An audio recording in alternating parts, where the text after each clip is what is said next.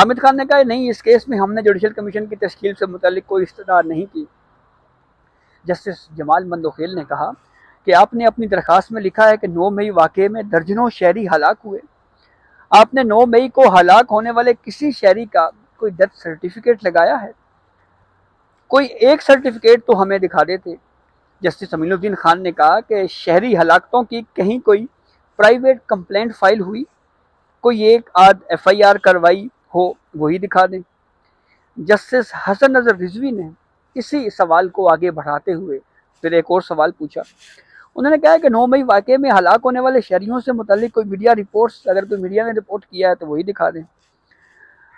اس case کی جو 9 مئی پہ جوڈیشل کمیشن کی تشکیل کا معاملہ ہے، اس پہ پی ٹی آئی کو مزید دستاویزات جمع کروانے کی مہلت فراہم کرتے ہوئے سماعت غیر معینہ مدت تک کے لیے ملتوی کر دی گئی۔ عام انتخابات میں دھاندلی پر انکوائری کمیشن کی درخواست میں شیر افضل مروت اور عمران خان کی درخواستوں پر رجسٹرار آفس کے اعتراضات ابھی برقرار ہیں۔ آئینی بینچ کے سربراہ جسٹس امین الدین خان نے ان سے کہا ہے کہ آئندہ سماعت پر اعتراضات پر دلائل دیں۔ عمران خان کے وکیل نے کہا ہے کہ میں تیار ہوں، آئندہ سماعت پر اعتراضات پر دلائل دوں گا۔ جسٹس امین الدین خان نے کہا ہے کہ آپ کے اعتراضات ہیں جو رجسٹرار آفس نے عائد کیے ہیں، اعتراضات پر دلائل نہیں دے سکتے تو مرکزی درخواست پہ ہی دلائل دے دیں۔ شیر افضل مروت کے وکیل ریاض حنیف راہی پیش ہوئے۔ انہوں نے کہا کہ جب تک اعتراضات دور نہیں کیے جاتے اس وقت تک میں مرکزی درخواست پر دلائل نہیں دوں گا۔ اور پھر اس کے بعد کہا گیا کہ جب تک میری درخواست پر نمبر نہیں لگایا جاتا اس وقت تک ہم اس پہ جو ہے وہ آرگیومنٹس نہیں کریں گے۔ اس کیس کی بھی سماعت غیر معینہ مدت تک کے لیے ملتوی کی گئی۔ اچھا، اس کے بعد ایک اہم کیس تھا جو پی ٹی آئی قیادت کے خلاف کریک ڈاؤن، پکڑ دھکڑ پر جوڈیشل کمیشن کی تشکیل کے معاملہ۔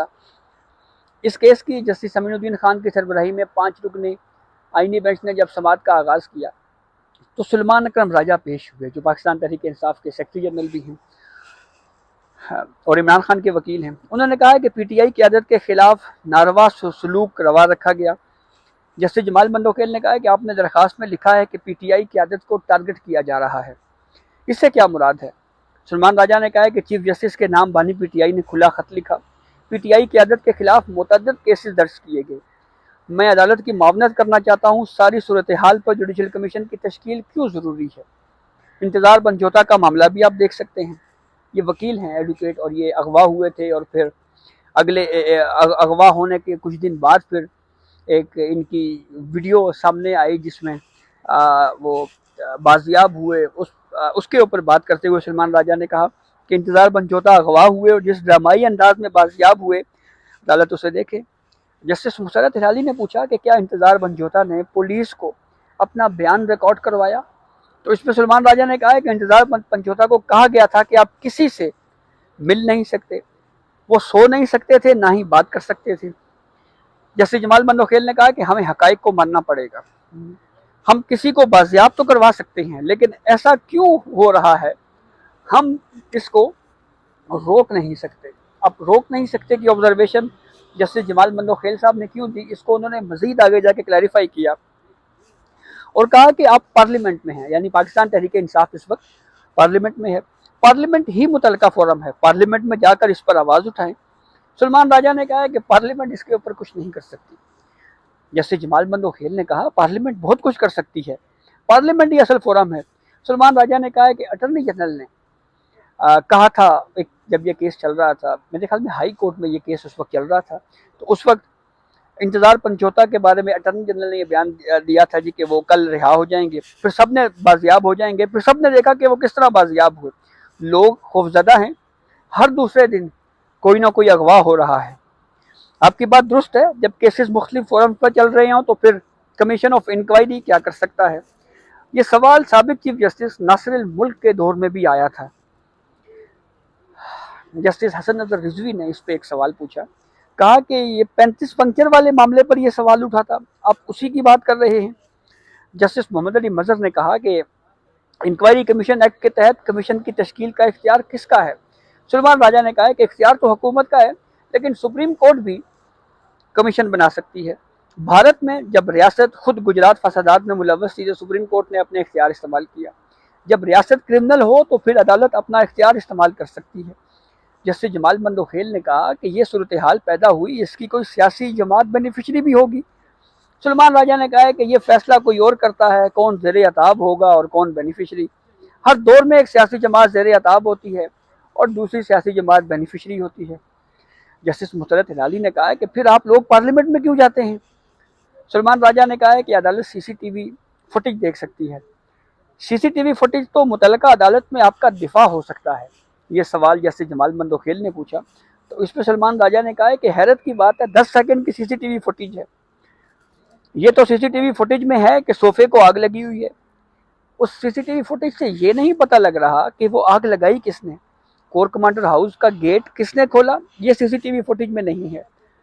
ہماری ایک ہوٹل میں کانفرنس تھی لیکن دفعہ 144 کا نام نفاذ کر دیا گیا۔ جسٹس جمال نے پوچھا کہ آپ نے دفعہ 144 کو چیلنج کیا؟ آپ چیلنج کریں، ہم آرڈر کر دیتے ہیں۔ سلمان راجہ نے کہا ہے کہ اب چیلنج کرنے کا کیا فائدہ، اب تو ہمارا ایونٹ ہی گزر گیا ہے، اگر چیلنج ہم کر بھی دیتے تو سالوں سال کیس چلتا رہتا۔ عدالت نے مزید دستاویزات جمع کروانے کی مہلت دیتے ہوئے اس کیس کی سماعت بھی غیر معینہ مدت تک کے لیے ملتوی کر دی ہے۔ تو اس سے ایک چیز اسٹیبلش ہو رہی ہے کہ جو عمران خان کا خط تھا جو چیف جسٹس اور بانی پی ٹی آئی کو لکھا گیا تھا، اب وہی اسی نوعیت کے کیسز یہاں پہ سپریم کورٹ نے سنے ہیں، تو اس کا مطلب یہ ہے کہ جو پینڈنگ درخواستیں ہیں بس اسی حد تک ہی عدالت اب اس کو دیکھ رہی ہے، اور اس کے اوپر کوئی مزید پیش رفت میرے خیال میں نہیں ہو رہی ہے۔ ہو سکتا ہے یہی طے ہوا ہو کہ ٹھیک ہے درخواستیں ہیں ہم ان کو فکس کر دیتے ہیں، اس کے اوپر ہیئرنگ کرتے ہیں۔ تو یہ اب تک کی اپڈیٹ تھی جس سے ہم نے آپ کو آگاہ کیا۔ بہت شکریہ۔